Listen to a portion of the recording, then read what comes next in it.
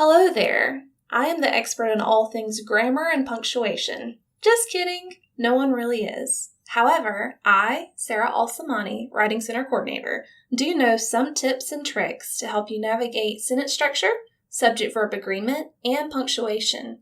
By the way, this enchanting picture is of the Sparks Campus Writing Center. Gertrude Stein once said, "I really do not know that anything has ever been more exciting than diagramming sentences." I disagree with Gertrude on this one. Luckily, diagramming sentences is not necessary for learning how to write grammatically correct sentences.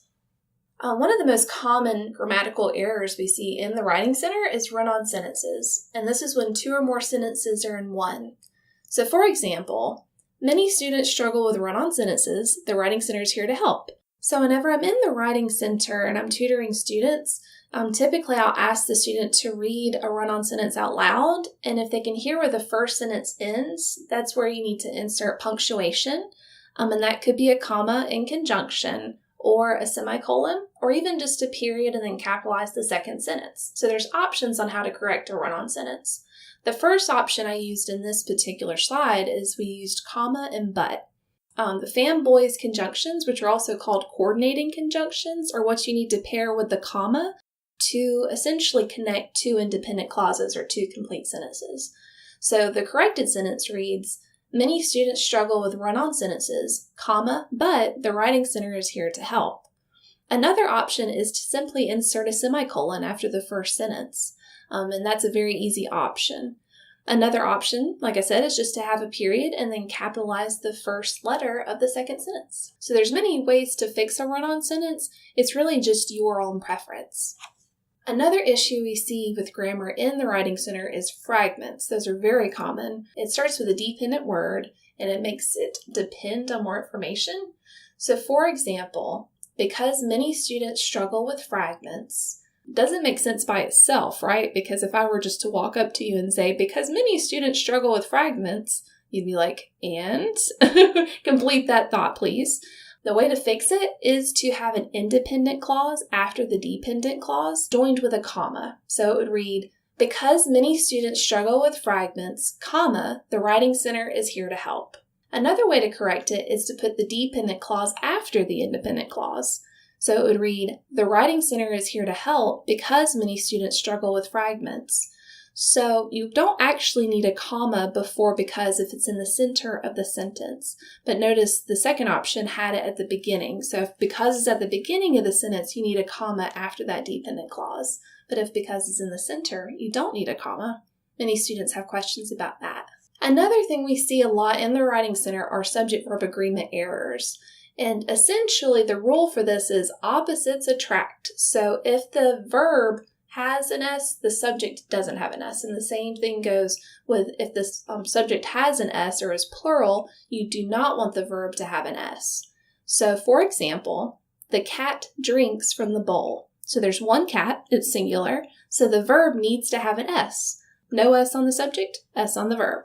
Another example for plural is dogs run toward the school bus. So there's more than one dog, so it is plural subject. And then the verb does not need an S because you have an S on your subject. And a little silly example I've included is the honey badger carries stuff on his back. So there's one honey badger, so you need an S on your verb. So essentially the trick, opposites attract, definitely will help you remember subject-verb agreement and how to correct your errors. I cannot tell you how many times we have to deal with commas on a day-to-day basis in the Writing Center. I think it's literally every appointment we have to talk about commas in some way, shape, or form. So there's definitely some rules that can help clear up any comma confusion you may have. Commas are commonly used in items in a list. So if you have 3 or more items in a list, you'll need to include commas after your items. So for example, the Writing Center can help students with essay organization, comma, punctuation placement, comma, or any grammatical concept. Notice the first comma comes after the first item in the list, and the second comma comes after the second item. Another thing that commas can join are independent clauses or complete sentences. So if you pair those, though, you have to have a fanboys after the comma, or otherwise it's going to be known as a comma splice, and that's an error. So for example, the Writing Center tutor was tired, comma, but The silly student cheered her up. So you can have a comma in one of those fanboys conjunctions. Fanboys is for and nor, but, or, yet, so. And you'll want to obviously pick the right conjunction for the sentence context. So in this situation, but was the best conjunction for us. So another thing that commas can join together are dependent clauses and independent clauses. So for example, because the Writing Center is closed on Fridays, comma, the student made an appointment on Thursday afternoon. So this is very similar to our fragment example. We have the dependent clause before the independent clause, so we need a comma to join those two. Sometimes students can hear that pause if they read their sentences out loud as well. So I highly recommend before you turn in your essays to read them out loud, because if you can hear a pause after those dependent clauses, you'll need a comma there. So fact, semicolons look like a period and a comma are best friends. A lot of our students are confused about which punctuation mark is a semicolon and a colon. So semicolons are the ones that look like a period and a comma are buddies. Here's some more information about semicolons. Semicolons can join two independent clauses or complete sentences together.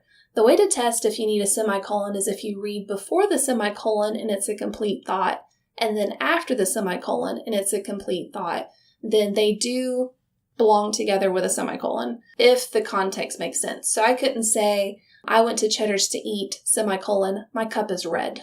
That doesn't make any sense together. So I also just wouldn't recommend putting that in an essay together. So for example, I had fun visiting at Cheddar's, semicolon, the food was almost as good as the company. So as you can see, there's a full sentence before the semicolon and a full sentence after, a complete thought, and they do have to do with one another as far as context. Semicolons can also join items in a list if there are commas in each item. So for example, the tutors are from Eufaula, Alabama, semicolon, Enterprise, Alabama, semicolon, Dothan, Alabama, semicolon, and Wicksburg, Alabama. So the reason why we need semicolons in the list in this situation is otherwise we're going to end up with 7 commas and it's all kind of blending together. So the semicolons are essentially separating those items. Another fact, colons look like two periods are best friends. So colons and semicolons, if you want to think of them as like cousins that look similar, but they behave differently in a sentence. This beautiful picture was taken on a busy day at Wallace campus's Writing Center. As you can see, peer tutor Ronnie is wondering how to explain colons to a student. Well, colons introduce a list of items or a quote. For example, there are many reasons I love my job, but the most obvious to me are these: the campus culture, the coworker camaraderie, and the inspirational students. Notice the colon introduced that list of items. One thing you want to notice is that there is an independent clause or a complete sentence before the colon. A lot of students like to say such as colon. You have to choose between either a such as or a colon because you need an independent clause before the colon. So just make that choice. Another way that a colon can be used is to introduce a quote. So, for example, this is one of my favorite student survey compliments. She allows me to think for myself and not give me all the answers. So notice the colon comes before the quote. Notice the colon follows independent clauses in both examples. Lemony Snicket once wrote, "Grammar is the greatest joy in life, don't you find?" Silly Lemony, grammar isn't all that great, but correctly writing sentences can help you go very far and could be the difference between getting a scholarship or a job. So it is very important to learn grammatical concepts. If you ever have any questions, we'll be happy to help you in the Writing Center. We look forward to helping you. See you soon.